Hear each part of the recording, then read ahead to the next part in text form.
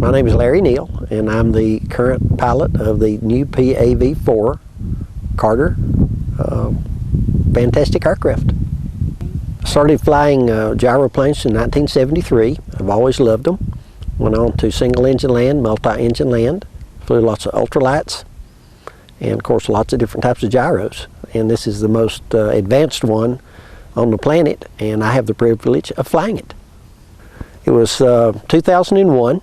I get a call from Rusty Nance, who was the pilot at that time, and he asked me if I'd like to be the co-pilot in the Cartercopter. And I said, Rusty, do you think I'm qualified to be the co-pilot in a Cartercopter? And he says, out of everyone in the world, you're my first choice. I said, hey, if you think I'm qualified, yes, I would love to do that. He said, well, you'll be getting a call from Jay then. We'll start in a couple of weeks. I was co-pilot for about 4 months until September the 11th, 2001 hit. And Jay got a call from Rusty and said, you know, I can't leave South Carolina. I'm on military hold. And Jay said, what am I going to do for a pilot? And he said, hey, put Larry over there. He can fly it. So I get this call from Jay, and he says, what do you think? And I said, I'll give it a shot. And that turned into about 4 more years of flying. And in June 17th, 2005, the aircraft, what it was designed to do, accomplished of breaking the Mu-1 barrier.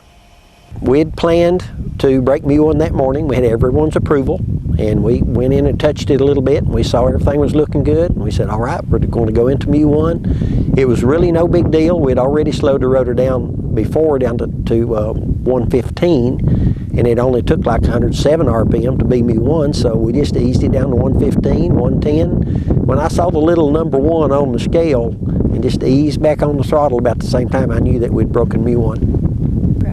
The aircraft got really quiet. There was no vibrations. You could actually look out and see the rotor just going around like this, literally.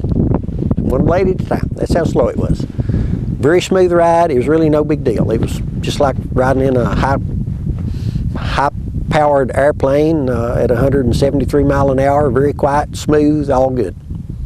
The two aircraft, they fly a lot the same. Of course, the other one had wings, which changes everything a lot. You could really feel the difference in the other aircraft when you hit like 85 miles an hour, and you notice that you start getting a little faster and the rotor would slow down a little bit, then it would go a little faster and the rotor would slow, and it would feed on itself. It would get more efficient, more efficient. On the same power setting, we'd go from 85 all the way to 170 at the same power setting. So that proved that slowed rotor compound aircraft do work. As the wing starts taking the load off of the rotor slows up, it levels out, so the drag goes away.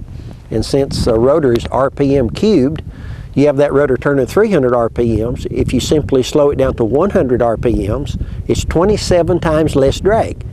So you use the rotor to take off, the wing starts taking over at about 85 miles an hour, you go into full airplane mode really at about 150, the rotor's just lifting its own weight, turning really slow, and you get very efficient aircraft on very slim, high efficient wings. That's what a slowed rotor compound aircraft does, and this is what this is. This aircraft is simpler to fly. It's got a lot more autonomous stuff. There's no more collective pitch. It has a unique rotor system that has the pitch mechanism built within the rotor itself, and it senses the centrifugal RPM, and it's ready to put enough pitch in there to give you a good liftoff of stored energy. And when you hit the button and the mechanism releases this mechanism, it goes as much pitch as it sees it needs to. You do a nice jump and it starts bringing the pitch out automatically, and you go into normal flight mode, all automatic. So this is major. This one was really exhilarating. There's so much energy stored in the rotor. We worked into it really slow. We started out like at 60 miles an hour and hitting the button. Then we started going up to more RPM and slowing the aircraft up, till finally it was just really easy to know that it was going to do a jump takeoff. But to lock the brakes and pump them up and know you're not going to roll it all, and you have all this energy going on, and hit the button, and then 1 second later you're 20 feet high in the air, it's like, whoa, boy, this is a wild ride, and throw the power to it and go. It's exhilarating. It's a fun takeoff.